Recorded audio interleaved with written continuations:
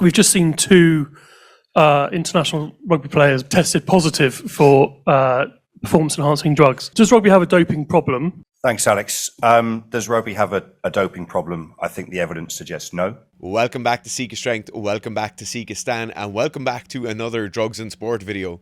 Obviously, with the Rugby World Cup coming up over the last number of weeks, we've been doing videos on rugby players' physiques, rugby players' S&C, and some of the positive tests that have come out. And last week, we received notice of another positive test, this time coming from a former World Cup winner, coming from a South African replacement fly half, Elton Jantjies, and I'm sorry about the pronunciation. So Elton is certainly no second team player. He has 46 international caps. As I said previously, has a Rugby World Cup medal from the previous World Cup. He's certainly no stranger to controversy, and this time he has a positive drug test for Clenbuterol. Now, Clenbuterol, for those of you who aren't in the know, is super common, and Owen's going to talk about that now. So Clenbuterol is probably one of the most used performance enhancing drugs in sports that a lot of people don't know about. A lot of athletes, from weightlifting to sprinting to weight class sports, use Clenbuterol very, very regularly. They'll use it as a stimulant-like effect, and then they'll use it, of course, for the anti-catabolic effects, and they'll also use it for the capacity to lose weight a little bit faster, or more specifically, lose fat mass in a caloric deficit while maintaining muscle mass. Now, Clenbuterol has been around for a very, very long time, and there's varying dosages used in it. It's quite an interesting drug, but it is something that is very, very widely used in athletes as a stimulant before training, which is one of its most unknown or little known effects for athletes. Elton, many of you might have seen in the news in the past number of years. So firstly, for an extramarital affair that happened while the team were on tour with a staff member in Argentina last year in 2022.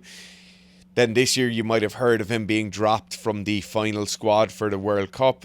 Also a lawsuit, or a rather large lawsuit, with his agent, with his representative company, In Touch Sports. So certainly not the golden boy for South African rugby, and in the same thing we talked about last week with the Welsh Rugby Union, this might be a very good player to get popped, or a nice little positive coincidence that this positive test comes out. A player who is certainly the black sheep of the South African rugby setup, and now suddenly that's the positive test they get. Not to be wearing a tinfoil hat or anything like that, but certainly this is no bad thing for the South African Rugby Union.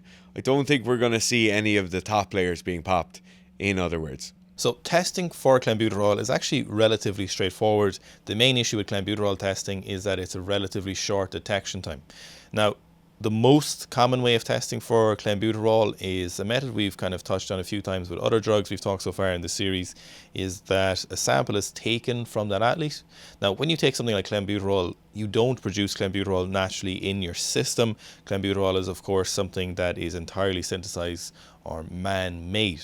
So when you take Clenbuterol, you produce what's known as metabolites. Now, these metabolites are very, very apparent when tested for specifically. You don't produce these metabolites naturally in the absence of ingesting Clenbuterol in your body. So what happens is testers will take either your blood or urine samples, and if suspected of Clenbuterol use, or if they're doing a larger suite of testing, will use your sample on something known as a LCMS, or a mass spectrometry machine. Now, mass spectrometry machine is one of the most sophisticated methods of testing for pretty much anything. It's not just used in doping, it's used across all forms of industry to test for different analytes of specific samples that are needed. What happens is, essentially, a sample is prepared in a specific manner, its energy is added to that, and then it's basically shot across the detector. The detector reads it. Software then produces a readout in the form of an XY graph with different levels of sophistication. Some of these are simpler to read, some of these are very, very complicated to read. An expert is very adept at producing these results and getting the specific examination that they need to get done on it, and knowing whether Clenbuterol is used or not. Now, the main issue with Clenbuterol is that up until a couple of days after ingestion, it's no longer detectable. Some drugs have a much longer detection time. Gregory Ochinkov, for example, was ironically, one of the founders of the long-term metabolite detection of very many performance-enhancing drugs, or anabolics in particular, which reduced or increased the detection time of some of those from a couple of days to a couple of weeks to even months in some cases. Clenbuterol, however, is still very, very short, and they're continuously looking for new methods. Now, the World Anti-Doping Agency, or the International Testing Agency, don't particularly like taking blood samples from athletes. Urinary analysis is generally the favoured aspect. Taking blood from an athlete is very, very invasive. It goes against the kind of code of ethics that WADA would generally be about, which is the safety of the athletes. So taking blood from an athlete is, while necessary, is not something they generally enjoy. You need either a phlebotomist, a nurse, or a doctor, someone who's trained in taking that, so you're adding extra logistics to sample collection. Athletes don't really want their blood taken. It does affect training in the short term. It's not ideal. And how regularly can you be taking someone's blood, which is something that is just not really ideal in general, or the quantities you need of blood for testing for something like clenbuterol or other performance-enhancing drugs. So there is actually a newer method which hasn't been used yet, but hopefully they're trying to validate it, and it's the direction a lot of anti-doping testing is going, which is smaller, faster, and less invasive testing with high levels of accuracy. And it's known as the dried blood spot test, which can detect clenbuterol up until 10 days. Now, very, very simply, still use LCMS or mass spectrometry machine. However, a finger pick amount of blood is used, it's dried, and then they test it, and they test for clenbuterol, and between 7 and 10 days, and these samples are stable for up to a year after. Validating this method is a little bit more difficult, and is something I think we'll probably see a bit more of in the future as technology advances, what kind of testing we'll see. So clenbuterol, very, very, very commonly used across a variety of doses for a couple of different purposes, and it's a very common drug used for doping, which a lot of people don't consider, but it's rampant in sports that are not just bodybuilding. Right, so why clenbuterol is probably the question everyone's asking. We've just heard it's super common in sport, and it is massively prevalent in sport. Why clenbuterol? Most of us would have heard of Clen as a kind of cutting agent, so bodybuilders, physique athletes would take it, generally seen to increase non-exercise activity thermogenesis, so basically burning calories when not exercising. Certainly it does that, certainly it has its uses there, but there are multiple concurrent streams of performance enhancement that happens with Clen, and to be honest, it's with varying degrees of understanding we can talk about them. A lot of you ask questions all the time about PEDs and about detection of PEDs and all these different things. Myself and Owen aren't the experts. Myself and Owen aren't the people you can ask about that, and we're not the people who give you the answers. There are multiple great sources. Some of the sources for the information in this video are Broderick Chavez's members website. You can go on, there's loads of information about supplements and stuff like that on there. So we talked about non-exercise activity thermogenesis, basically bringing up that core body temperature, burning calories when you're not exercising. But clenbuterol is classically a bronchodilator, so opening up the bronchioles in your lungs, allowing for more effective oxygen intake and oxygen utilization. Now, downstream from that, there is an increase in mTOR, but also there appears to be some sort of myostatin inhibition that happens because of that. This is one of the areas I'm saying we're not quite sure of the mechanisms, but it certainly seems to be happening. This is where that kind of anti-catabolic effect of clenbuterol comes in. So for many athletes, as they're leaning down, one of the biggest issues is losing that muscle tissue, losing that lean tissue mass.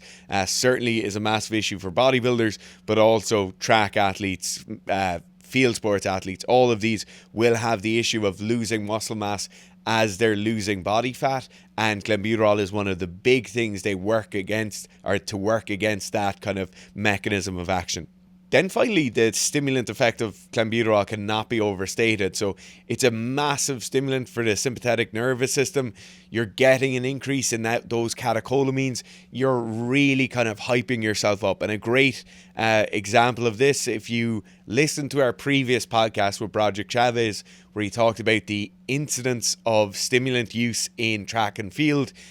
If you watch track and field athletes as they're getting into the blocks, 100 meter sprint, 200 meter sprint, whatever it is, as they're setting up for the blocks, you'll see them vibrating all the time. They're hopping up and down, they're vibrating. Commonly, when we listen to the commentators, they're talking about the nerves and all this. In fact, much of that is kind of non-voluntary movement from massive amount of stimulants. So now that we've got some background on the testing of Clen, to be honest, I think you're going to see a lot of players stop using it over the next kind of couple of weeks or couple of months. Certainly the players who are in the kind of bigger international teams won't be using it if they know they're going to be tested in the next couple of days. So it is something, this is the kind of classic cat and mouse game that comes along with semi-structured drug testing or out of organization drug testing. You see these tests popping up, or you see a new testing protocol being used, or you see a positive test like in this case coming out, and now suddenly that will move to some other stimulant use or some other anti-catabolic agent being used. Interestingly enough, and this is what I'm going to say next, probably holds more importance for anti-doping in rugby than anything else. Interestingly enough, they have all of the samples from 2019. They have all the samples gathered at that World Cup, and we've just heard reports from the CEO of World Rugby that they're going to retest all of those 2019 samples. We've taken the step of retesting every test that was taken in the 2019 Rugby World Cup with the latest, obviously, anti-doping procedures and technologies. Now, this is pretty massive. It's probably more influential on the smaller teams, on the smaller organizations who wouldn't have been working hand in hand with consultants to make sure they're clean by the time they're at the World Cup. But certainly, some of the physiques at the last World Cup were absolutely crazy. And the example of this we'll go to every single time is the picture of the South Africans in the changing room before the World Cup started. 135, 140 kilo props with abs.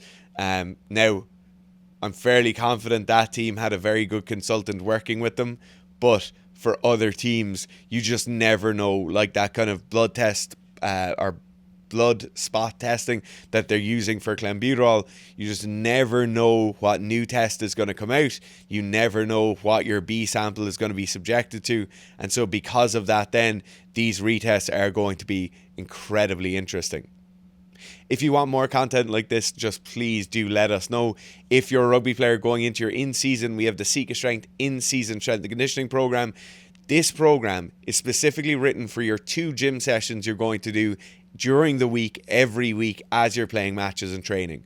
So you're probably training on the pitch 2 times a week, maybe 2 times on a captain's run. You probably have a game 2 weekends out of every month, or 3 weekends out of every month. This program will ensure you hold on to as much of those strength gains and power gains as you possibly built during the off season, and keep you in good shape as you get deeper and deeper into the season.